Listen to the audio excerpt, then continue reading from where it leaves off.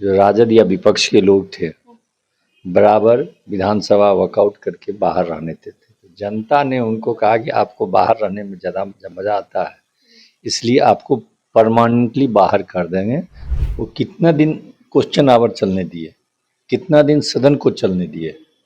अगर आपके पास कोई मुद्दा था तो आप सदन में बैठ करके जो चर्चा करते हैं। आप देखिए होइएगा कि एकाएक 18 तारीख को रिजल्ट आया नहीं, 18 तारीख को हम ओथ लेंगे।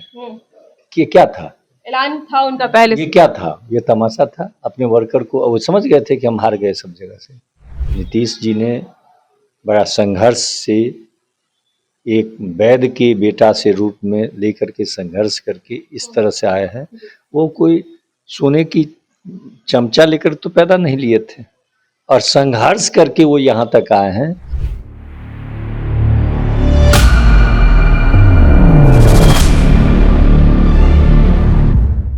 नमस्कार, वॉच न्यूज देख रहे हैं आप और मैं हूं आपके साथ मौसम झा। आज 18वीं विधानसभा सत्र का आज पहला दिन था। शीतकालीन सत्र माना जा रहा है और आपको बता दें कि 1 दिसंबर से 5 दिसंबर तक सत्र होने वाला है। क्या कुछ आज पहला दिन था तो क्या कुछ हुआ है, इसके ऊपर बातचीत करने के लिए हमारे साथ बेनीपुर के विधायक विनय कुमार चौधरी सर, बहुत बहुत स्वागत है आपका। बहुत बहुत बहुत धन्यवाद सर। पहला दिन था, आपने भी शपथ ग्रहण किया, क्या कुछ हुआ सदन में? ये आज सभी सदस्यों का ओथ हुआ, सभी शपथ ग्रहण लिए, और जो कुछ बचे हुए हैं उनको दूसरे दिन दिया जाएगा।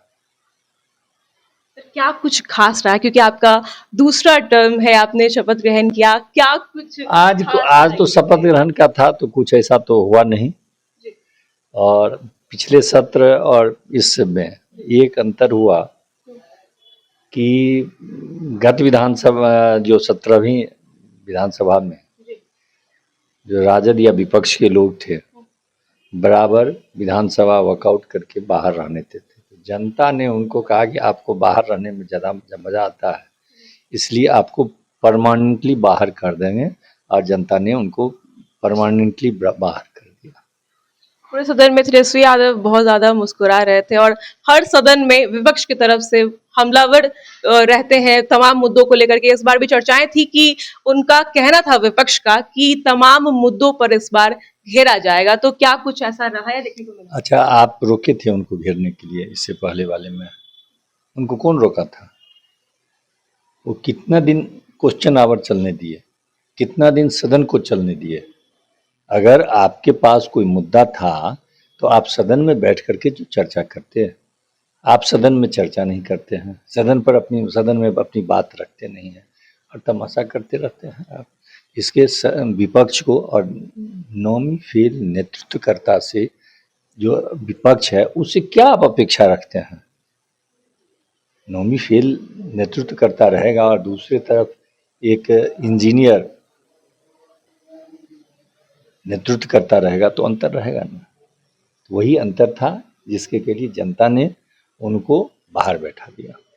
विधानसभा चुनाव की जब तैयारियां चल रही थी उस समय भी रिजल्ट आ गया, उसके बाद भी विपक्ष अभी भी इलेक्शन कमीशन को घेरने का काम कर रही है और लगातार कह रही है कि वो एनडीए के पक्ष में।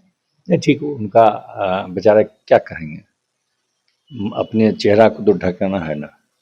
तो वो जो अपने वर्कर को ये बताएंगे नहीं कि हम वोट के कारण नहीं हारे हैं, इलेक्शन कमीशन के कारण, सारा लोग भाग जाएगा ना। वो अपने पार्टी को टूट से बचाने के लिए इस तरह का हथकंडा अपनाते हैं। उसके अतिरिक्त उनका वो समझते हैं सब कुछ।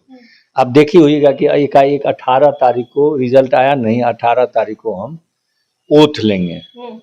कि क्या था, ऐलान था उनका पहले ये क्या था, ये तमाशा था। अपने वर्कर को वो समझ गए थे कि हम हार गए सब जगह से। उनको तो था कि हम भी नहीं जीतेंगे, तो उस फेरी में भी उनको था डर। तो उसके बाद भी वो अपना बोल रहे थे कि हम 18 तारीख को ओथ लेंगे। अब किस 18 तारीख को शायद सो कहना वो भूल गए हैं। इसलिए जनता सब कुछ देखती है। एक बात जान लीजिए कि जनता को आप ठग नहीं सकते हैं। नीतीश जी ने बड़ा संघर्ष से एक वैद्य के बेटा से रूप में लेकर के संघर्ष करके इस तरह से आए हैं। वो कोई सोने की चमचा लेकर तो पैदा नहीं लिए थे, और संघर्ष करके वो यहाँ तक आए हैं और जनता को अपना भरोसा जीता है। जिसका परिणाम है कि आज हम लोग इतनी संख्या में प्रचंड बहुमत के साथ हम लोग जीत करके आए हैं। बेनीपुर की अगर बात करें आपकी विधानसभा क्षेत्र की, तो दोबारा आपको जनता ने मौका दिया, आप पर इतना भरोसा जताया है, तो क्या कुछ इस बार अलग करने वाले हैं उनके लिए आप? मैं बेनीपुर की जनता के प्रति मैं आभारी हूँ कि उन्होंने हमारे जैसे अदना से वर्कर को वह फिर से दूसरी बार जिता के भेजा है, जबकि बड़े बड़े जो भूप हैं वो धन बल के साथ हमारे खिलाफ में लगे हुए थे, बहुत से धन पशु थे जो लगे हुए थे, लेकिन हम तो एक शिक्षक हैं, तो शिक्षक के पास कहाँ से पैसा आएगा। तो जनता ने कहा कि नहीं, ईमानदार को भी भेजना चाहिए, और जनता ने ईमानदार को भेजा। एनडीए की रोड मैप की अगर बात करें तो इस बार क्या कुछ होने वाला है, क्योंकि इस बार चुनाव में जो मुख्य मुद्दा जो रहे हैं वो पलायन और बेरोजगारी रहा है। युवा इसके लिए बहुत सक्रिय होकर के रोड पर दिखे हैं, आक्रोश करते दिखे हैं, बहुत सारे जगह प्रदर्शन करते हुए दिखे हैं, तो इस बार एनडीए उनके लिए क्या कुछ करना? देखिए, एक बात बताते हैं, आप अगर डाटा लीजिएगा, आज़ादी के बाद मुख्यमंत्री नीतीश कुमार के 20 साल के शासन में जितने लोगों को रोजगार दिया गया है उतना कभी नहीं दिया गया है। डाटा ले लीजिए, तब उसके बाद इवैल्यूएशन कीजिए, तब उस पर चर्चा कीजिए। जनता चाहती है, अब झूठा बात नहीं ना कह देते हैं, जनता नहीं ना समझ, इसलिए नहीं समझी, कह दिए हर एक परिवार में एगो नौकरी दे देंगे तेजस्वी यादव, संभव नहीं है। जनता समझती है कि ये खाली झूठ बोलते हैं। तो वो हम लोग जितना अभी से शुरू हो गया, मुख्यमंत्री ने निर्देश दे दिया है कि 31 दिसंबर से पहले जितने विभागों में बचा हुआ नौकरी है सबकी सूचना दीजिए और उस पर कार्रवाई कीजिए। इस बार महिलाओं का भूमिका बहुत ज्यादा था एनडीए की जीत को लेकर के, उन्होंने बहुत बढ़ चढ़कर हिस्सा लिया और सबसे ज्यादा बहुमत महिला की तरफ से ही आया है, तो महिला के लिए क्या कुछ करना है? अच्छा, एक बात बताइए, आपने बड़ा सुंदर प्रश्न कर दिया। 2005 नवंबर से पहले, आप तो बहुत छोटी होंगी, आपकी माँ, आपकी दादी का हिम्मत था कि अकेले घर से निकलते? हिम्मत था?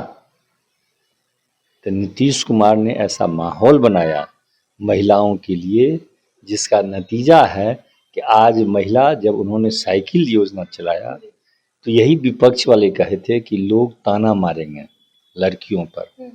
मुख्यमंत्री ने कहा कि ताना मारते, अगर किसी 1, 2, 3, 4 को देते तो ये पूरा एक वर्ग को हम देंगे, तो सब अपने परिवार के लोग आएंगे और कोई ताना नहीं देगा। 2006 में साइकिल योजना प्रारंभ हुआ, उससे पहले आपके घर में भी, आप तो बड़े प्रबुद्ध परिवार से आती हैं, कोई साइकिल चलाने के लिए लड़की को नहीं देता। तो ये नीतीश कुमार है जो कि घर के सदस्य भी जिसको साइकिल पर नहीं चढ़ने दिया था, वातावरण ऐसा बना दिए कि सब लड़की साइकिल पर चल करके और अपनी माँ को सब्जी ला करके देती है। ये नीतीश कुमार वहां से स्टार्ट करके, और आज रोजगार के लिए पैसे देने की बात उन्होंने कही है, और ये सशक्त जो लगातार नीतीश कुमार जी ने किया, जिसका नतीजा है कि दरभंगा और बिहार की बेटी भी यह माइक लेकर के घूम रही है। यह नीतीश कुमार का ही महिला सशक्तिकरण का परिणाम है। नहीं तो सवाल उठता है, कोई सवाल था? इतना सा भी एगो लड़का चाहिए घर से बाहर निकलने के लिए, उसका हाथ पकड़ के आप, वो कुछ नहीं आपको करता, लेकिन एक मेंटल सेटिस्फेक्शन रहता था, मेरे साथ लड़का है। और आज बिहार की बेटी रोड पर खड़ा होकर के, सिपाही में भर्ती होकर के, और हम लोगों की रक्षा करने के लिए खड़ा है। यह नीतीश कुमार का महिला सशक्तिकरण का ही परिणाम है। हम लोग बराबर, मुख्यमंत्री जी का यह सोच है, विजन होना चाहिए ना, नौमा फेल को क्या विजन रहेगा। उन्होंने ये विजन बनाया कि जब तक लड़की नहीं आगे बढ़ेगी तब तक कुछ नहीं होगा, और उन्होंने लड़की को बढ़ा दिया। आज का आप जीडीपी देखिएगा, हिंदुस्तान का जीडीपी रेट सबसे ज्यादा किसी का है तो वो बिहार का है। बहुत बहुत धन्यवाद। तो हमारे साथ बातचीत करने के लिए विधायक थे विनय कुमार चौधरी। उन्होंने साफ तौर पर बता दिया है रणनीति, आगे की एनडीए की रणनीति और इनका क्या कुछ रोड मैप होने वाला है। फिलहाल इस खबर में इतना ही। हमारे साथ वॉच न्यूज पर